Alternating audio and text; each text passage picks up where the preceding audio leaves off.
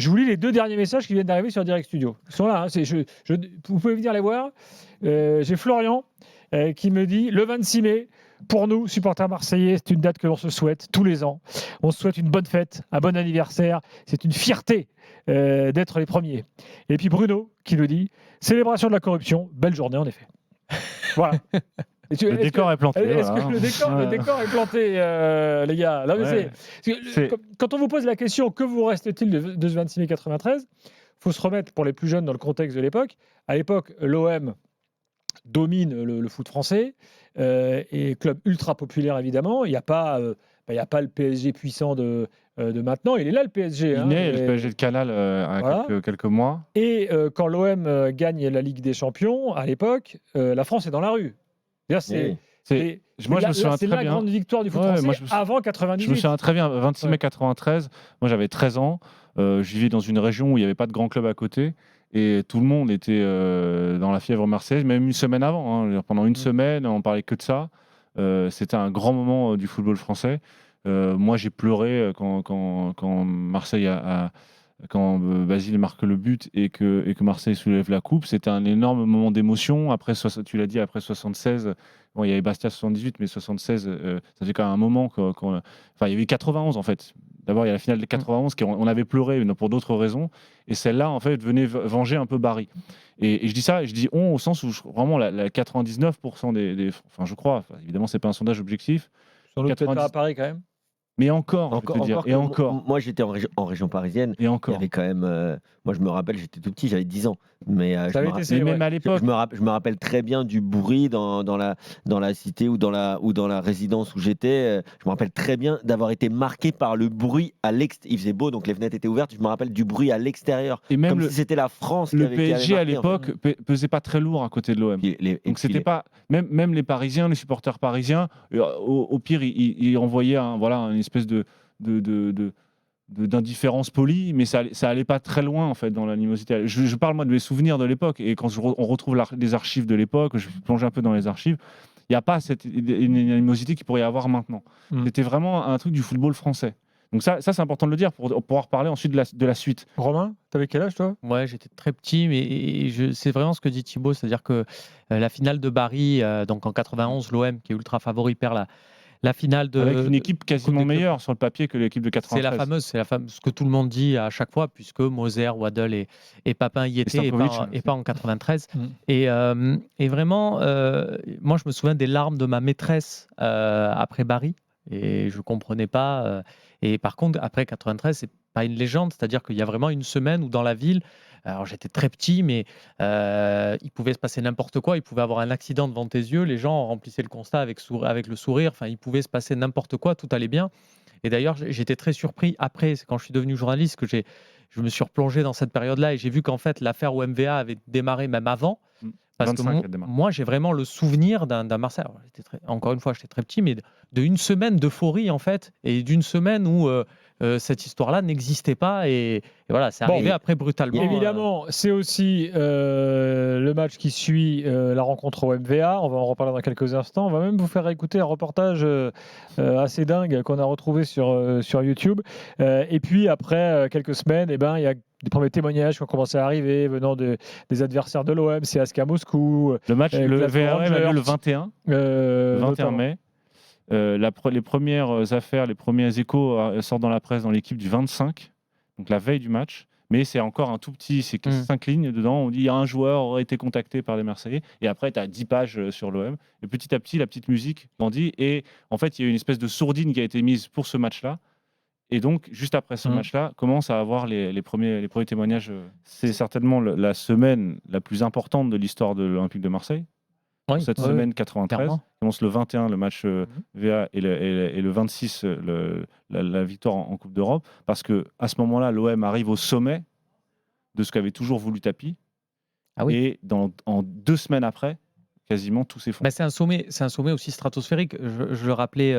Tout est concentré là, en fait. Quelques jours, mais tu remarques que Tapi a pris quand même l'OM en 86 et que tu arrives à en faire un champion d'Europe qui gagne donc la Ligue des Champions, et pas la Coupe des clubs champions. Ça devenait la Ligue des Champions. La première édition de la Champions League. En 93, ça fait 7 ans. Regarde Chelsea, regarde Manchester City, regarde. Le Paris Saint-Germain, désolé, mais tous ces clubs-là, en 7 ans, n'y sont pas parvenus.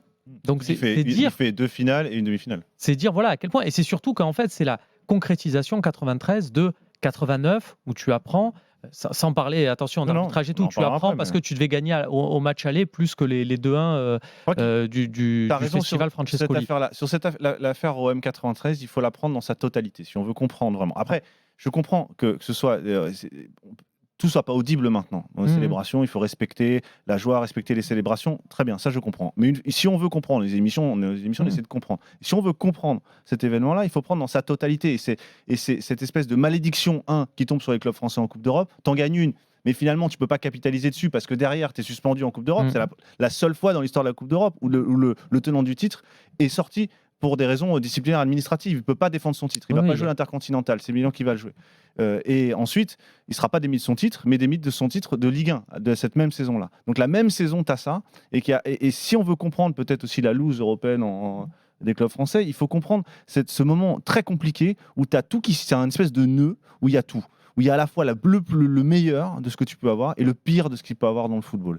Et c'est pour ça que je crois que ça reste un sujet extrêmement vivace, extrêmement souvenir très vivace, aussi pour ça, pour les Marseillais, parce qu'il y a une énergie qui est dépensée à aussi ne pas voir le mauvais côté. Alors, on va accueillir Florian dans quelques instants. C'est pas une énergie de toute façon. C'est quelque chose qui n'est pas audible pour un supporter de club. Et c'est pas que pour l'Olympique de Marseille. Je pense que si tu échanges avec un supporter de la Juve au moment où il y a eu les soucis qui les ont fait se faire rétrograder, ou avec un supporter de Porto ou de Benfica quand il y a eu des soucis aussi autour de ces clubs-là, mais forcément, en fait, les supporters ont vécu l'émotion à l'instant T, et c'est comme le joueur. Souvent, on entend sur RMC ou ailleurs les joueurs. Ça n'empêche pas d'être objectif quand même sur ce qu'a fait ton club. Non, mais Gilbert, tu penses qu'il y a un déni en fait automatique. Le supporter n'est pas objectif par définition. Le supporter ne sera jamais objectif. Tu verras que tu auras des supporters parisiens qui vont appeler, ou des supporters lyonnais qui vont appeler pour dire oui, mais attention, et des supporters marseillais qui vont dire nous, on a kiffé et on gardera ça. Et ça, tu pourras faire autant de débats que tu veux, ça ne changera jamais. Comme le joueur qui, lui, a laissé ses tripes sur le terrain, à l'entraînement pendant 2-3 ans, pendant les 90 minutes du match, jamais il pourra entendre que ses efforts sont remis en question par quelconque jugement ou quelconque soupçon que ce soit. Et ça pourra jamais changer. Mais juste, j'ai quand même envie, parce que de parler d'un truc, si on revient quand même au football, parce que toutes ces affaires-là, c'est bien sûr important, mais le football, quand tu vois les deux compositions d'équipe, et moi qui n'avais pas regardé la feuille de match, je ne sais pas, depuis presque peut-être plus de 10 ans, je me rends compte, car je l'avais oublié, qu'il n'y a que 3 étrangers par équipe. Donc, Savicevic n'est pas sur la feuille de match parce qu'il n'y a que 3 étrangers et il reste c'est quand même un autre football. Et de voir une équipe française gagner la Ligue des Champions avec donc sur les 16 joueurs et donc seulement 3 étrangers et 13 Français. Non mais c'est incroyable. Et en face, tu as 16 Italiens et tu as 13 Italiens. Non mais tu te dis, c'est un football qui n'existe plus. Ou 13 Italiens 16 joueurs et 13 Italiens, tu veux dire. Oui, 16 joueurs et 13 Italiens. Tu as dit 16 Italiens et 13 Italiens. Pardon. Donc, 13 Italiens et 16 joueurs. Et en plus, le coach était italien aussi. Mais je veux dire, c'est complètement fou. Et puis, il fallait voir l'équipe du Milan. Moi, je me souviens. Non, mais l'équipe du Milan, sur le match, sous les yeux, elle est exceptionnelle. Je me souviens de mon père, en fait, qui me présentait les joueurs du Milan. Parce que du coup, tu es petit, tu connais pas. Et il disait, lui, il est un peu plus fort qu'eux. Et puis je vois. Et puis moi, je me dis, mais pourquoi Papin, il joue pas? Il me dit, parce qu'il est remplaçant. Il me dit, parce que tu vois, lui, et donc c'est Marco Van Basten. Et il me dit, lui, il est un peu plus fort que Papin. Et je me suis dit, mais on n'a aucune chance. Enfin, je veux dire, tu me présentais tout l'effectif, ils sont tous meilleurs qu'eux. Et quand tu vois, cette équipe de Milan, elle restait en Europe sur combien de matchs sans défaite? Enfin, c'est un truc. Oui, ils avaient été invaincus sur toute Alors, un mot sur le parcours, parce qu'il faut reconnaître quand même que ce n'est pas le parcours le plus ouf de l'histoire de la Ligue des Champions qu'a fait l'OM cette année-là. Premier tour, ils éliminent Glentoran, club d'Irlande du Nord, 8-0 sur les 2 matchs. Voilà. Deuxième tour, l'OM élimine le Dynamo Bucarest, 1-0, 0-0 à l'aller, 2-0 au retour. Ensuite arrive la phase de poule. À l'époque, tu as seulement 2 poules de 4. Et derrière, tu as une finale directe pour les premiers de chaque poule. Et là, l'OM est dans la poule des Glasgow Rangers, du CSKA Moscou et du FC Bruges. On va en reparler, tout à l'heure. Et l'OM arrive premier de sa poule avec 3 victoires en 3 matchs. Et dans le groupe d'en face, tu as Milan, tu as Göteborg. Sur 3 victoires, 3 nuls, 0 défaite. Okay, voilà, mais en face, si tu regardes le parcours de Milan, tu as Göteborg, Porto. Il joue contre Olympia et Ljubljana, Slovan Bratislava, et après tu as Göteborg, Eindhoven et Porto. Non, mais c'est pas Manchester City, Chelsea Et le Bayern c'est que des champions.